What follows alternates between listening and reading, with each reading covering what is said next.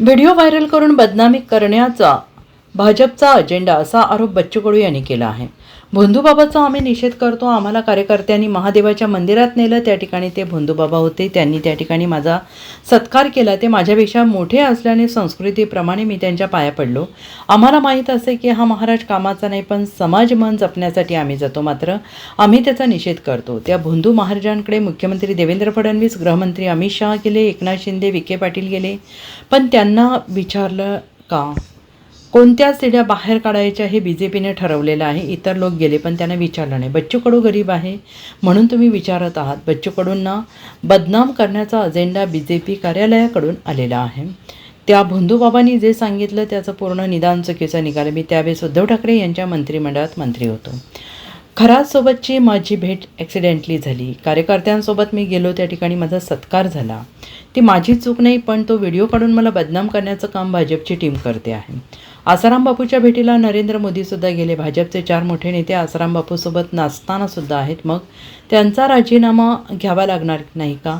ते झाकून ठेवायचं, इतर लोकांचा राजीनामा घ्यायचा, कोणासोबत कोणाचा फोटो असला म्हणजे त्यांना आरोपीच्या पिंजऱ्यात टाकणं चुकीचं आहे. प्रकरण सुरू आहे, त्यामध्ये आज एक व्हिडिओ व्हायरल होते ज्यामध्ये तुम्ही त्यांच्या पाया पडताय. काय आहे का, भोंदूबाबाचा आम्ही निषेधच करतो, त्यांचं समर्थन कधीच करू शकत नाही. आणि कार्यकर्त्यांना आम्हाला मंदिरात नेलं, महादेवाचं मंदिर होतं, महादेवाच्या मंदिरात ते भोंदूबाबा तिथं होते, त्यांनी माझा सत्कार केला, फेटा बांधला. आणि काय म्हणतात त्याला, आता एक कोणताही वरिष्ठ माणूस आमच्या वयापेक्षा जास्त आहे तर ते आपली संस्कृती आहे, आपण पाया पडतोय, ते झुकून आपण असं फक्त त्याला एक काय म्हणते मान सन्मान म्हणून. तर ते 4 वर्षाच्या अगोदरची गोष्ट आहे. मी आता ते पाहतो, 2 वर्षे नाही 4 वर्ष अगोदरची गोष्ट आहे. त्या कार्यकर्त्यांना आग्रस्त नेला आणि समाजाचं मन राखावं लागतं. कधी कधी आम्हाला माहीत असतं का हा बाबा कामाचा नाही, हे सगळं धुताण आहे, पण समाज मन नाराज झालं नाही पाहिजे म्हणून एक आम्हाला जपावं लागतं. वास्तविक ते कठोरपणा आपण घेतला पाहिजे. यानंतर नक्की आम्ही ते घेत राहू, त्याचा आम्ही निषेधच करतो. पण मला एक प्रश्न विचारायचा आहे मीडियावाले, म्हणजे तुम्ही किती मीडियावाले भारी लोक आहे, बदमाश म्हणणार नाही कारण मग तुम्ही आधी उलट्या बातम्या टाकाल. तर तुम्ही फडणवीस साहेब तिथं गेले, त्यांना विचारलं का तुम्ही? अमित शहा तिथं जाऊन आले, त्यांना विचारलं का तुम्ही? ते तुमच्यात ते मर्दांगे येत नाही, त्यांना फोन लावून विचारायला पाहिजे. शिंदे साहेब तिथं गेले, ते विखे पाटील तिथं गेले, ते कोणत्या शिड्या बाहेर काढायच्या हे BJPनंच ठरवलं. मीडिया तेवढ्याच बरोबर बाहेर काढतं. व्यवस्थित BJP व्यवस्थित कार्यक्रम राबवतं आहे आणि मीडिया तिथं जाऊन बरोबर ते तेवढ्याच. आता 300 कॅसेट व्हिडिओ आहे तिच्याबरोबर. मग ते फक्त BJPच्या संबंधित येत नाही. तुम्ही सांगा, जयंतराव पाटीलही गेले तिथे, तिथे विखे पाटील पण आहे बसलेले, त्याला विचारलं का तुम्ही? बच्चू कडू बरं आहे, गरीब माणूस, त्याला कसं बदनाम करता येईल हा अजेंडा तिकूनच आलेला आहे BJPच्या पार्टी कार्यालयातून. त्याच्यानं फक्त मी गेलो काय, सत्कार झाला काय, तर व्यवस्थित बदनाम करण्याचा प्रयत्न होत आहे.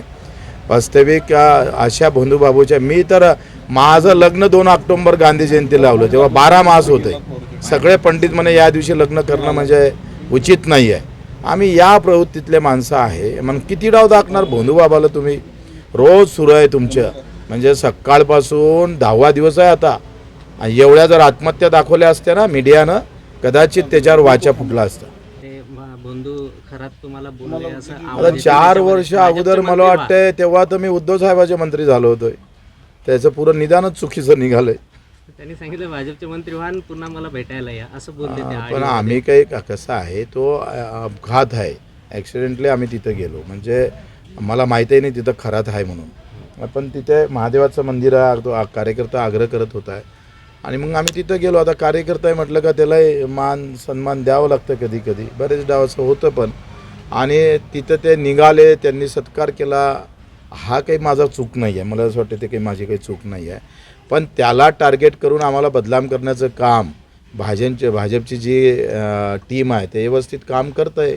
त्यांना हे दाखवा लागेल, मोदी साहेबाचे फोटो वेळ आली तर ते कशा पद्धतीनं समोर गेले, आसाराम बापूसबाबत ते काय बोलत होते.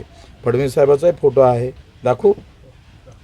हे आहे, हे चंद्रकांतजी उच्च शिक्षण तंत्रमंत्री आहे, उच्च शिक्षण मंत्री आहे, हे आहे. मग याला प्रश्न विचारला का तुम्ही? हे फडणवीस साहेब आहे, हे त्यांचा, यांना प्रश्न विचारला का तुम्ही? नाही विचारत. मग गरीब मरा आहे, बच्चू कडू गरीब पार्टीतला माणूस आहे, याला जितकं खदाडता येईल तेवढं खदाडा. हे फडणवीस साहेब पुन्हा आहे, उभे असताना एक बसलेला आहे. आता अधिक कोणते आहे भाऊ काढ रे, हे जयंतराव पाटील आहे आणि हे आहे शाह साहेब, अमित शाह साहेब. इतक्या दुरून आले ते भेटाले.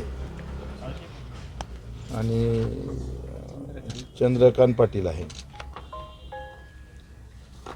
हे धनंजय मुंडे साहेब आहे. आणि हे पुन्हा नार्वेकर आहे, मिलिंद नार्वेकर. आता हे कसं आहे का, मी यांना दोष देत नाही, भेटीला जाणं म्हणजे काही गुन्हा नाही आहे. आता लोकांच्या मनामध्ये काही गोष्टी असतात आणि बऱ्याच गोष्टी आपल्याला न पटत करताना एखादी गोष्ट हो म्हणावं लागतं, नाही तर विरोध घ्यावं लागतं. तर असं जर पाहिलं ना तर मला वाटतं हे तर खरं तर एकदाची चाळणी होणं गरजेचं आहे सगळ्या धर्मातली.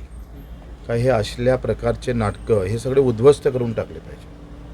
ही जी भोंदूगिरी आहे, जे मठ बांधले गेले मोठे मोठे, जिथे काही भोंदूगिरी चालतं ते सगळे नष्ट केले पाहिजे. एक कार्यक्रम हाती घेतला पाहिजे, कुठल्याही धर्मातलं असू दे.